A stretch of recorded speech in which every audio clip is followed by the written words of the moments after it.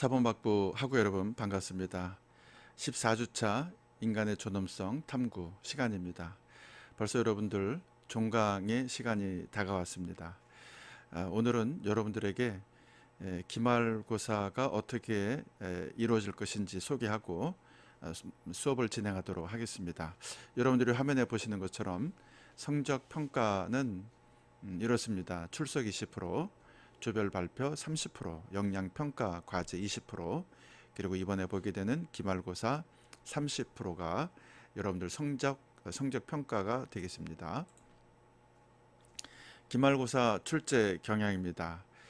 기말고사 출제 경향은 이제 100점 만점으로 사지선다형, 그다음에 OX 문제, 그래서 15문항, 15문항을 4점씩 해서 60점 되겠고요.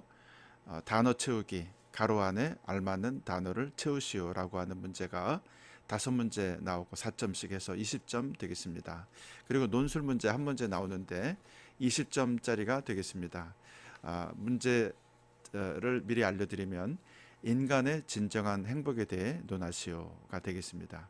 여러분들이 잘 준비해서 답안지에 잘 기록해 주시기를 바랍니다. 제가 전부 20문제를 내는데 교재에서 10문제를 낼 것입니다. 한 과에서 한 문제 정도씩 빈도로 출제가 되겠습니다. 그 다음에 참고 도서인 영화로 내 길에 빛을 비추다, 제가 쓴 책이죠. 여기에서도 한 10문제 내겠습니다. 정확히 문제를 알려주면요, 여러분들이 여기 보시면 너는 누구인가, 나의 정체성을 너로 인해 찾다. 김씨 표류기, 우리 2과에서 공부했죠. 김씨 표류기 나오고요. 그 다음에 두려움을 이기려면 해리포터 아스카반의 죄수, 여기에서도 나는 누구인가 4과에서 나왔죠. 그 다음에 세 번째로는 여러분 여기 세븐틴 어게인, 원망 대신 감사로, 결혼에 대한 거 할 때 제가 영화를 보여드렸습니다. 그 다음에 가정에 대해서 얘기할 때는 또 이 댄싱 퀸, 새우잠을 자도 우리가 고래의 꿈을 꾸자, 제가 영화 보여드렸고요. 그 다음에 여인의 향기라고, 용기를 내어 두려움을 이기고 함께, 여인의 향기, 이 5과에서 제가 함께 나누었습니다. 그 다음에 서로게이트, 나의 대리 인생이라고 해서 좋은 이웃 할 때 제가 영화를 보여드렸습니다. 그리고 시간은 금이다, 여러분 오리엔테이션 할 때도 그렇고, 또 이 1과 오리엔테이션 첫 시간에도 이 인타임이라고 하는 영화를 제가 보여드렸습니다. 부활이라고 하는 영화를 또 제가 보여드렸죠. 이 부활이라고 하는 영화를 여러분들이 또 보셨습니다. 나의 나라를 떠나 그의 나라로. 마지막으로 집으로 돌아가자, 위대한 쇼맨, 굉장히 감동적인 영화였는데 이 위대한 쇼맨도 여러분들에게 보여드렸습니다. 또 김 교수의 무비로드를 보시면은 여기 찰리와 초콜릿 공장이 있습니다. 찰리와 초콜릿 공장도 한번 봐두시면은 도움이 되겠습니다. 이렇게 말한 약 10개의 영화가 여러분들에게 문제 10문제 나가겠습니다. 이 문제 역시 말씀드린 대로 사지선다형 혹은 OX 문제 혹은 단어 찾기 등으로 해서 10문제가 나가겠습니다.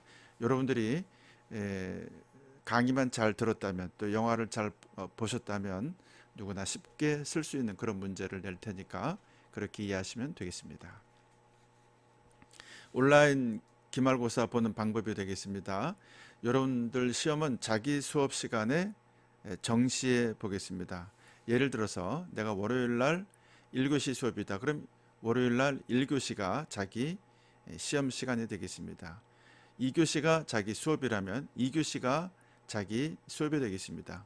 월요일 날 6교시가 자기 수업이라면 6교시가 되겠습니다. 자기 수업 시간, 그러니까 만약에 2교시 10시라고 한다면 10시부터 그 다음에 10시 50분까지 들어올 수 있는데, 여러분들이 시험 시간 접속 후 40분 동안만 시험이 가능합니다. 요 시간을 놓치게 되면 여러분들이 이제 다른 시간에 접속하게 되면 감점이 됩니다. 감점은 여러분들이 받은 점수의 80%만 받게 되니까 20% 감점되는 겁니다. 그러니까 여러분들이 꼭 자기 수업 시간에 들어가게 되고 자기 수업 시간 정시에 들어가야지만 좋습니다. 그리고 자기가 시험 시간 접속 후 40분 동안만 여러분들이 카운팅이 돼서 40분 지나면 자동으로 접속이 끊어지게 돼 있습니다.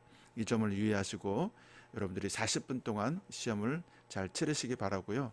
제가 예년에 보니까 제가 한 20문제, 논술 문제 한 문제 이 정도 보니까 한 20분이나 30분이면 넉넉히 다들 치르시더라고요.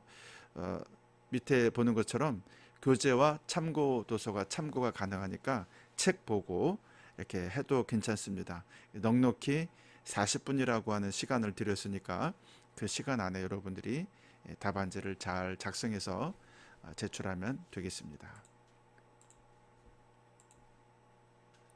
자, 오늘은 13과 마지막 과가 되겠습니다. 죽음, 또 다른 삶의 시작입니다. 죽음을 이해하고 준비하자.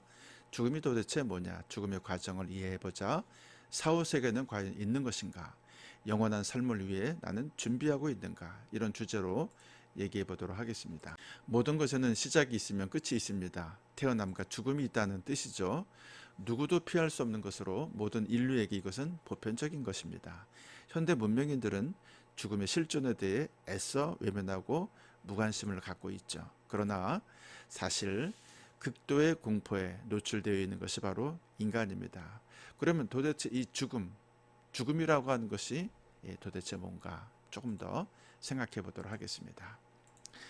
현대 문명인들의 최대 관심은 웰빙이 되겠습니다. 젊음을 유지하면서도 건강하고 행복하게 사는 삶, 텔레비전, 드라마, 영화, 광고의 주제이고 동경하게 만드는 데 일조를 하고 있죠.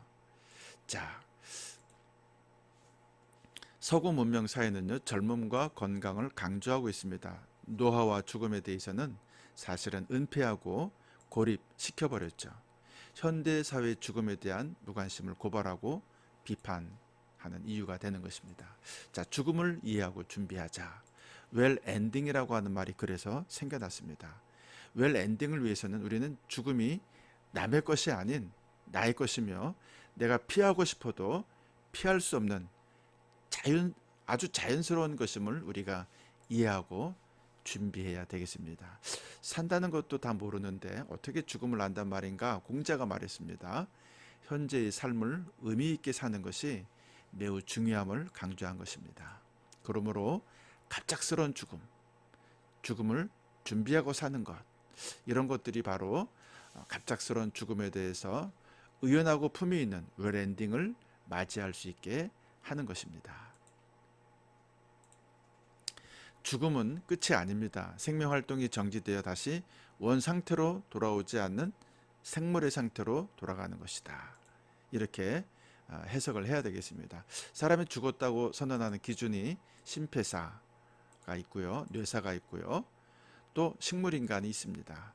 뇌사라고 하는 것은 뇌의 활동이 정지되었을 때 죽음으로 인정해야 한다는 견해가 널리 받아들여지고 있는 추세입니다. 식물인간은 뇌사로 판정받았지만 심폐기능은 기계적으로 유지할 수 있을 때 우리는 식물인간이다라고 얘기합니다.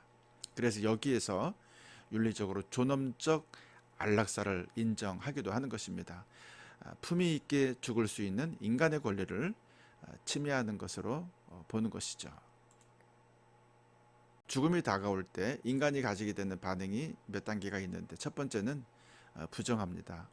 어떻게 나에게 이런 일이 라고 하며 나에게 닥친 이 죽음을 현실로 받아들이지 못하는 상태, 죽음의 사실을 믿을 수 없어 하는 것이죠. 두 번째 단계로는 분노입니다.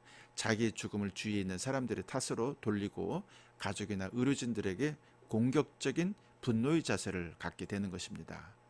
그리고 세 번째 단계로 넘어가게 되면 타협하게 되는데요. 어떻게든 자기를 살려만 준다면 이것도 저것도 하겠다며 타협을 시도하죠. 그리고 네 번째 단계로는 절망입니다. 더 이상 삶의 가능성이 없다는 것 때문에 정신적으로 우울증에 빠지는 절망이 되겠죠. 그리고 마지막 단계 드디어 수용하게 되는 것입니다. 죽음을 받아들인다는 뜻입니다.